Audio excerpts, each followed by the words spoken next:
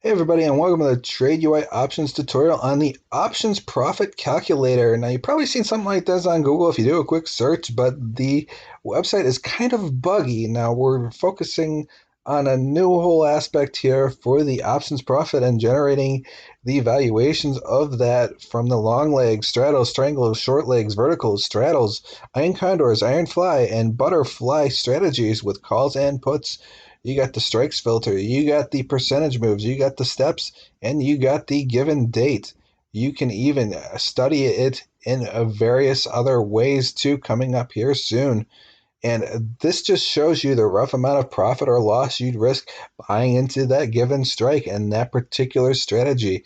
The math is much more accurate and much more sound than you'll find on the option profit calculator that you'll find through a quick Google search. So this is something to that I'd highly recommend if you want a little bit better in the math regards in regards to determining what your actual risk will be. A lot of people have been using that other old options profit calculator, and for some reason, that math can be quite significantly off. Something to keep in mind, though, with options profit calculators is that a significant move on the grease can change these outcomes quite significantly. So, this is about as close as you're going to get based on that current Greek formula and those current maths in association with that.